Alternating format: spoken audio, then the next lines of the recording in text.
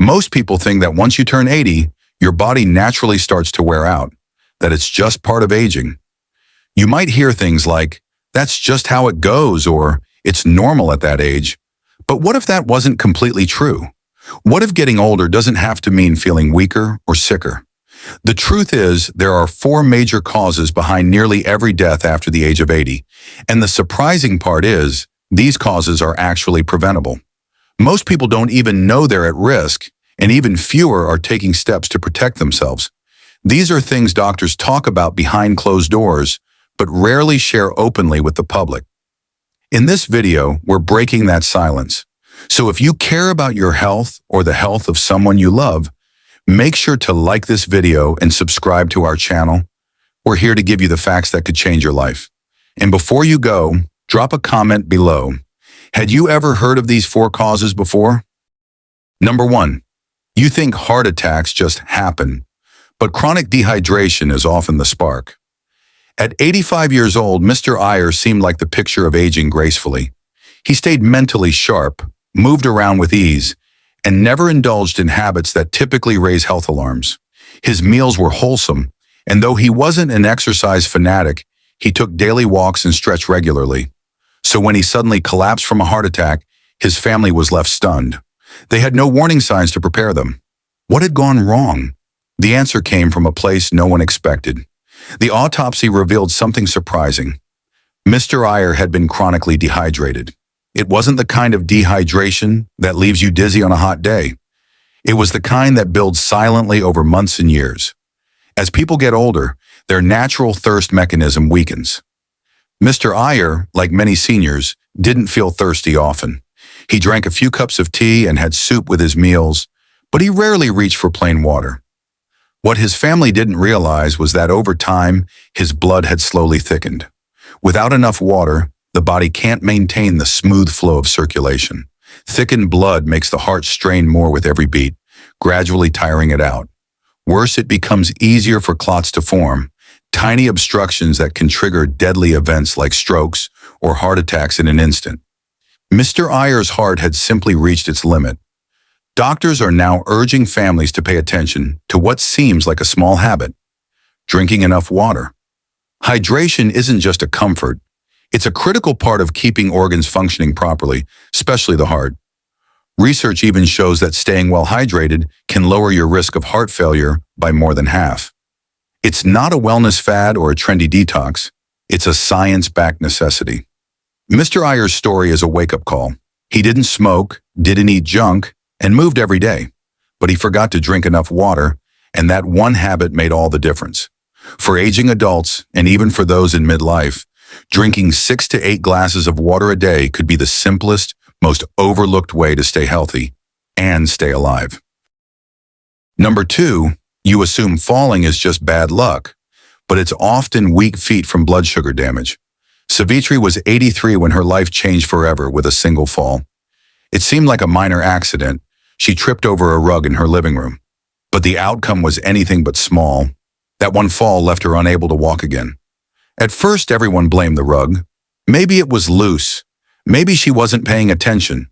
But the truth was more complicated and far more common than most people realize. For years, Savitri had been told by her doctor that her blood sugar was a little high. Nothing serious, they said. Not diabetes, no medication, just something to keep an eye on. What she didn't know, and what many people still don't, is that even slightly elevated blood sugar over time can quietly damage the nerves, especially in the feet. This condition is called peripheral neuropathy. It creeps in without pain at first, numbing the soles, dulling the reflexes, and throwing off the balance people don't even realize they're relying on. By the time Savitri fell, her feet could no longer feel the ground properly. She didn't have the stability she once had, even though she still felt steady in her mind. That's the dangerous part, because the damage is invisible, and because it doesn't come with a clear warning sign, people go about their lives unaware that they're walking closer to a serious fall with every step. It's not just clumsiness or bad luck. It's biology, one that's often ignored until it's too late. There are simple ways to protect yourself, and they don't require a diagnosis or prescriptions. Just awareness. Checking your blood sugar regularly, even if you feel fine, can be the first step. Walking barefoot on textured surfaces, like a pebble mat or a grass lawn, can stimulate the nerves and help wake them up. Choosing low glycemic foods helps keep sugar levels steady and nerves healthier for longer. These changes are small, but the protection they offer is massive. Savitri's story is not rare, it's just not talked about enough. Falls in old age are often written off as random or inevitable, but in many cases, they're the result of years of silent nerve damage that could have been slowed or prevented. Don't wait for a fall to realize your feet are talking to you. Listen now while they still can. Number 3, you think memory loss means Alzheimer's. But it's often just a lack of oxygen. David was 86 when his memory started slipping. He would forget names he'd known for years and miss appointments he never used to. His family grew concerned. To them, it looked like the beginning of dementia. The signs were all there, or so they thought. He wasn't acting tired or confused all the time, but something was definitely changing. Quietly and gradually, his mind was fading, and nobody could figure out why. But a routine visit to his doctor changed everything. During a checkup, the physician asked a few questions about David's sleep. There weren't any red flags. He didn't snore loudly, didn't wake up gasping, and never complained of feeling groggy during the day. Still, the doctor recommended a sleep study just in case. It seemed like a stretch, but David agreed. A few nights later, the test revealed something surprising. David had sleep apnea. Every night, without realizing it, David's breathing would slow or stop for brief periods. His brain, starved of oxygen during these episodes, was struggling to function at full capacity. The damage wasn't permanent, but the effects were real. His memory issues, low mood, and confusion weren't signs of dementia at all. They were symptoms of his brain quietly suffocating each night. What everyone assumed was aging turned out to be something far more treatable. David started using a CPAP machine, a simple device that helps keep airways open during sleep. Within 2 weeks, the changes were dramatic. He was remembering things again. His mood lifted. He had more energy than he'd had in years. The cloud that had settled over his mind began to lift, and his old self slowly returned. It wasn't magic. It was oxygen. Too often, older adults go through silent struggles like David's. Sleep apnea is incredibly common but often missed, especially in seniors who don't show the usual symptoms. We expect forgetfulness to come with age, but sometimes the brain isn't aging. It's just fighting to breathe. And sometimes all it needs is a little help to do what it was always capable of, remembering, thinking, and thriving. Number 4, you think you're just slowing down, but it could be hidden depression. Latha Auntie had always been the lively one in the neighborhood.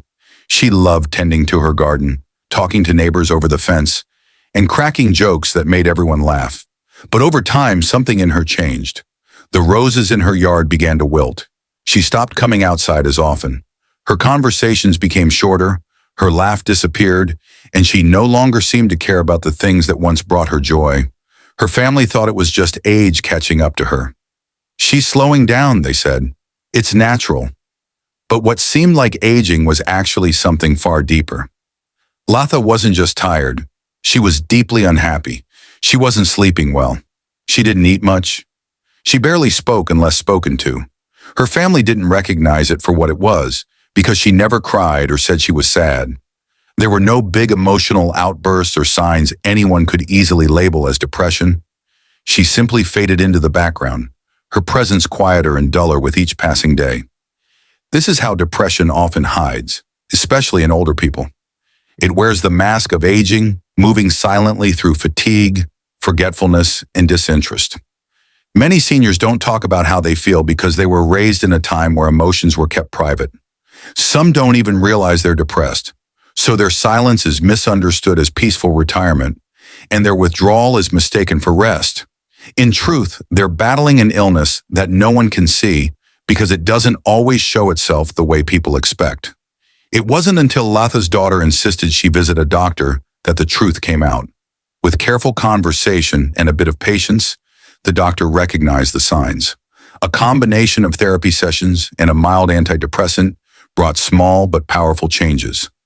Weeks later, Latha was back outside, pruning her rose bushes, telling the same old jokes, and even giving advice to younger neighbors about compost.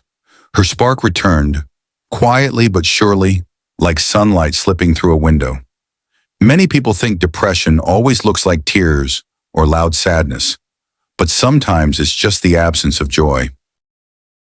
Most people think that when someone over 80 passes away, it's just old age finally catching up.